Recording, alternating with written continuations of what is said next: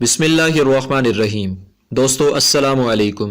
YouTube channel دلچسپ videos میں خوش آمدید۔ دوستو اگر آپ نے ابھی تک ہمارا چینل سبسکرائب نہیں کیا تو پلیز ہمارا چینل سبسکرائب کریں اور بیل کے بٹن کو لازمی دبائیں تاکہ آپ کو ہماری نئی ویڈیوز سب سے پہلے مل سکیں۔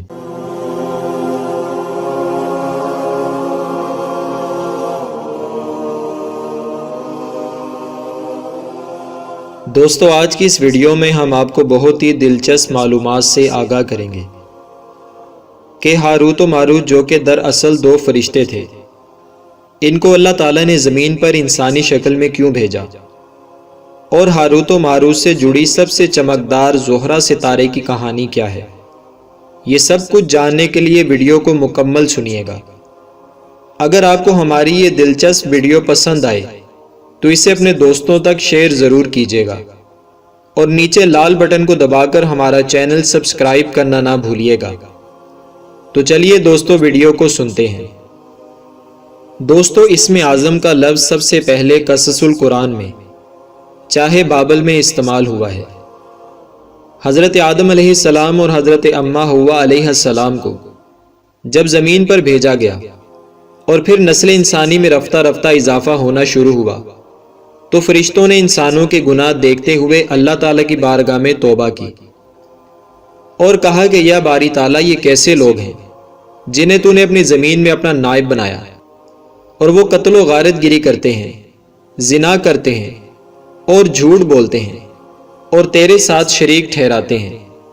اے اللہ، اگر تو ہمیں اپنی زمین میں نائب بنا کر بھیجتا تو ہم ہر حال میں تیری عبادت کرتے اور تیرے ساتھ کسی کو شریک نہ ٹھہراتے۔ اللہ تعالیٰ نے ان فرشتوں سے فرمایا کہ میں تمہیں اب زمین میں اتارتا ہوں، تم اپنے چند نمائندوں کو پیش کرو جو زمین پر جا کر وہاں کے حالات کا مشاہدہ کر سکیں۔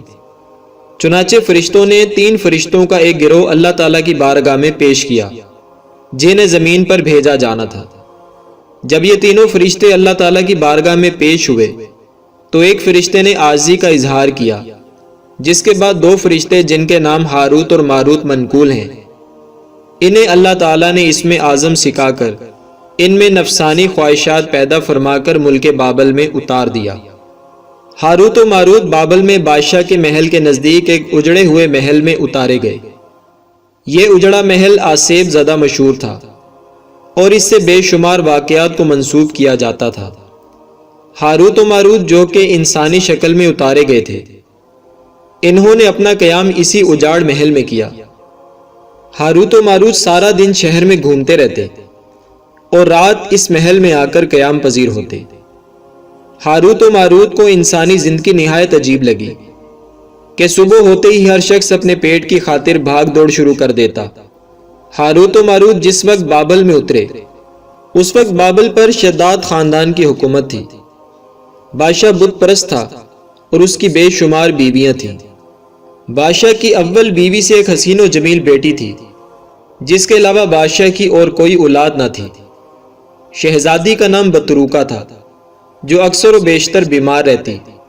ایک روز شہزادی بطروکا محل میں صحیح سلامت سوئی ہوئی تھی کہ حسب معمول صبح کے وقت کنیزیں اسے اٹھانے کے لیے آئیں۔ جب انہوں نے بطروکا کے کمرے کا دروازہ کھٹکھٹایا تو اس نے دروازہ نہ کھولا۔ ان کنیزوں نے بادشاہ کو اطلاع دی کہ شہزادی اپنے کمرے کا دروازہ نہیں کھول رہی۔ بادشاہ نے اپنے وزراء کے مشورے سے شہزادی کے کمرے کا دروازہ توڑنے کا حکم دے دیا۔ جب کمرے کا دروازہ توڑا گیا تو بادشاہ اور دیگر اصحاب کے ہمراہ بڑے معبد کی کاہنہ شمروتی بھی شہزادی بطروکا کے کمرے میں داخل ہوئی۔ جب یہ لوگ شہزادی کے بستر پر پہنچے تو دیکھا کہ شہزادی کی آنکھیں کھلی ہیں اور اس کے دل کی دھڑکنیں رک چکی ہیں۔ شہزادی کا جسم گرم تھا اور مردہ انسان کی طرح سخت نہیں تھا۔ بادشاہ اور اصحاب نے رونا شروع کر دیا۔ جب یہ خبر شہر میں پھیلی تو بے شمار طبیب شاہی محل میں اکٹھے ہو گئے، مگر کوئی بھی شہزادی کی بیماری کو سمجھ نہ پایا۔ تمام طبیبوں کا متفقہ خیال تھا کہ شہزادی مردہ نہیں بلکہ زندہ ہے۔ چنانچہ وقفے وقفے سے شہزادی کے منہ میں سیال خوراک ٹپکائی جانے لگی۔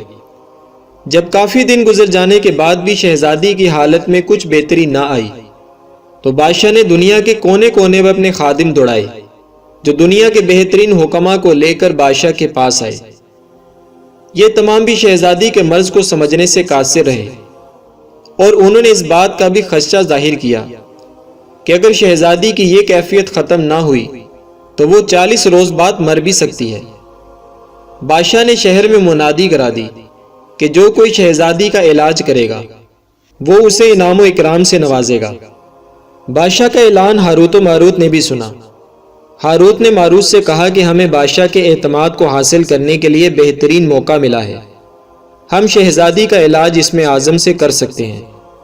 ماروت نے ہاروت کی بات کی تائید کی اور پھر دونوں بادشاہ کے محل میں جا پہنچے۔ محل میں جانے سے پہلے دونوں نے منصوبہ بنایا کہ اول تو وہ 3-4 روز تک عام طریقے آزماتے رہیں گے، پھر اسم اعظم پڑھ کر پھونک دیں گے جس سے شہزادی تندرست ہو جائے گی۔ ہاروت و ماروت نے اپنا بھیس طبیبوں سا بنایا اور ہرن کے سینگوں والی مالا گلے میں پہن لی۔ ان کے ہاتھ میں طبیبوں کی طرح دواؤں کا تھیلا بھی تھا۔ جب یہ دونوں بادشاہ کے پاس پہنچے تو انہوں نے اپنا تعارف ملک یونان کے حکما کے نام سے کروایا، جو کہ بادشاہ کا اعلان سن کر شہزادی کا علاج کرنے تشریف لائے ہیں۔ بادشاہ ان دونوں کو لے کر شہزادی بطروکا کے کمرے میں جا پہنچا۔ ہاروت اور ماروت نے شہزادی بطروکا کا معائنہ کیا اور بادشاہ سے کہا کہ اس میں کوئی شک نہیں کہ شہزادی سکتہ میں ہے۔ شہزادی کو سکتہ کیوں ہوا، اس کے لیے ہمیں حاضرات کا عمل کرنا ہوگا۔ بادشاہ نے انہیں علاج کرنے کی اجازت دے دی تو دونوں نے بادشاہ کو عمل حاضرات سے متعلق کچھ چیزیں لکھ کر دیں جو انہیں مہیا کر دی گئیں۔ جب تمام چیزیں ہاروت اور ماروت کو مہیا کر دی گئیں تو انہوں نے محل کے ایک اندھیرے کمرے کا انتخاب کیا جہاں ایک بہت بڑی میز پر گول سب تھا۔ ہاروت اور ماروت نے اس کمرے کی تمام مشعلیں بجھا دیں اور کمرے میں عود و عنبر کی دھونی دے کر کمرے کو خوشبودار بنا دیا۔ جب کمرہ عمل کے لیے تیار ہو گیا تو دونوں نے عمل حاضرات کے کلمات دہرانا شروع کر دیے۔ جیسے ہی کلمات ادا ہوئے شیشہ روشن ہو گیا اور اس میں شہزادی بطروکا کی خوابگاہ دکھائی دینے لگی۔ اس طرح کہ شہزادی اپنے بستر پر سوئی ہوئی تھی اور اس کے دائیں جانب کا دریچہ کھلا ہوا تھا۔ اس دریچے میں سے جنگل کا منظر نمایاں نظر آ رہا تھا جس میں ایک بڑے سے درخت پر سیاہ رنگ کا ناگ پھن لہرائے بیٹھا تھا۔ یہ سیاہ ناگ دھیرے دھیرے شہزادی کے کمرے میں اس دریچے سے داخل ہوا اور شہزادی کے پہلو میں پہنچ کر شہزادی کو تیز نظروں سے دیکھنا شروع کر دیا۔ پھر سیاہ ناگ دھیرے دھیرے شہزادی کی مسیری پر چڑھا اور شہزادی کے منہ پر اپنا منہ رکھ دیا۔ شہزادی کی سانسیں معدوم ہونا شروع ہو گئیں اور کچھ دیر بعد جب سیاہ ناگ اپنا منہ ہٹا کر دوبارہ جنگل میں چلا گیا تو شہزادی کی چلتی سانس رک چکی تھی۔ ہاروت اور ماروت جب یہ عمل کر رہے تھے ان کے ساتھ بادشاہ اور چند خاص وزراء بھی اس کمرے میں موجود تھے جو اپنی آنکھوں سے یہ منظر دیکھ سکتے تھے۔ ہاروت نے بادشاہ سے کہا کہ اے بادشاہ، اس ظالم ناگ نے آپ کی بیٹی کا سانس پی لیا ہے۔ بادشاہ نے چلانے کے انداز میں کہا کہ کیا اب میری بیٹی کبھی ٹھیک نہیں ہوگی؟ ہاروت نے کہا کہ شہزادی یقیناً درست ہوگی۔ پھر ہاروت اور ماروت نے کمرے میں دھونیاں تیز کر دیں اور زور زور سے منتر پڑھنا شروع کر دیے۔ اس دوران ایک دم دھونی میں سے آگ کا ایک شعلہ بلند ہوا اور دریچے کی جانب لپکا۔ بادشاہ اور وزراء نہایت حیرانگی کے ساتھ ساری کاروائی دیکھ رہے تھے۔ آگ کا شعلہ جنگل کی جانب لپکا اور اس درخت کی جانب بڑھا جہاں وہ سیاہ ناگ پھن لہرائے بیٹھا تھا۔ ناگ نے جب آگ کا شعلہ اپنی جگہ بڑھتے دیکھا تو اس نے بھاگنے کی کوشش کی، لیکن آگ کے شعلے نے اسے جا لیا جس سے وہ جل کر راکھ ہو گیا۔ ہاروت و ماروت نے سیاہ ناگ کے جل جانے کے بعد بادشاہ کو مبارکباد دی اور کہا کہ ہم نے شہزادی کے علاج کا پہلا مرحلہ طے کر لیا ہے، اب ہم انہیں کچھ دعائیں دیں گے جس سے وہ عنقریب صحت یاب ہو جائیں گے۔ اگلے روز ہاروت اور ماروت نے چاندی کی 4 پتیلیاں منگوا کر ان کے پیندے میں سوراخ کیا اور انہیں ایک سٹینڈ کے اوپر لگا کر شہزادی کے چہرے کے اوپر نصب کر دیا۔ ان پتیلیوں کے سوراخوں سے دوا کے قطرے شہزادی کے منہ میں ٹپکائے جانے لگے۔ ہاروت و ماروت برابر شہزادی کے سرہانے موجود رہے۔ اس دوران بادشاہ کچھ دیر کے لیے آتا اور ان کو دیکھ کر چلا جاتا۔ چوتھے روز ہاروت اور ماروت نے عود و عنبر کی دھونیاں سلگائیں اور کمرے میں اس کی دھونیاں دینے لگے۔ دھونی دینے کے ساتھ ساتھ ہاروت شہزادی کے سرانے اور ماروت شہزادی کے پاؤں کی جانب کھڑے ہو کر منتر پڑھنا شروع ہو گیا۔ ہاروت اور ماروت بظاہر منتر مگر اسم اعظم پڑھ رہے تھے۔ انہوں نے اسم اعظم پڑھنے کے بعد شہزادی کے جسم کو ہاتھ لگایا تو شہزادی کا جسم تڑپنا شروع ہو گیا۔ ہاروت اور ماروت نے اسم اعظم جاری رکھا۔ شہزادی کچھ دیر تڑپنے کے بعد اٹھ کر بیٹھ گئی۔ بادشاہ نے خوشی سے جھومتے ہوئے بیٹی کو گلے سے لگا لیا۔ شہزادی نے جب ارد گرد ہجوم دیکھا تو حیرانگی سے دریافت کیا کہ یہ کیا ماجرا ہے۔ بادشاہ نے کہا کہ تم کچھ بیمار ہو گئی تھی، اسی لیے یہ سب یہاں اکٹھے ہوئے تھے۔ پھر بادشاہ نے اپنی بیٹی کی صحت کی خوشی میں جشن کا اعلان کیا۔ اگلے روز جشن شروع ہوا۔ بادشاہ نے ہاروت اور ماروت کو انعام و اکرام سے نوازنا چاہا تو دونوں نے انکار کر دیا۔ جشن میں ایک رقاصہ زہرہ بھی شامل تھی۔ جب اس رقاصہ نے نیم عریاں لباس میں اپنا رقص شروع کیا تو ہاروت اور ماروت اس پر فریفتہ ہو گئے۔ ان دونوں نے مل کر منصوبہ بنانا شروع کر دیا کہ زہرہ کو کس طرح حاصل کیا جائے۔ بالآخر دونوں اس بات پر متفق ہوئے کہ زہرہ کی رہائش گاہ پر جا کر اس سے حال دل بیان کیا جائے۔ اپنے اس منصوبے کے مطابق دونوں اگلے روز زہرہ کی رہائش گاہ پر پہنچ گئے۔ زہرہ کے محل پر پہنچنے کے بعد دونوں نے دربان سے اپنا تعارف کرواتے ہوئے کہا کہ زہرہ کو اطلاع دو کہ ان کے دو پرستار ہاروت اور ماروت آئے ہیں۔ دربانوں نے زہرہ کو اطلاع دی تو اس نے ان دونوں کو پہچاننے سے انکار کر دیا۔ جب ان دونوں نے یہ اطلاع بھجوائی کہ یہ وہی دو طبیب ہیں جنہوں نے شہزادی کا علاج کیا ہے تو زہرہ نے ان دونوں کو محل میں بلا لیا۔ جب یہ زہرہ کے پاس پہنچے تو زہرہ بناؤ سنگار کرنے کے بعد ایک مسند پر نیند دراز تھی۔ اس کا حسن بے مثال تھا۔ ہاروت اور ماروت نے جب زہرہ کا یہ انداز دیکھا تو وہ پہلے سے بھی زیادہ فریفتہ ہو گئے۔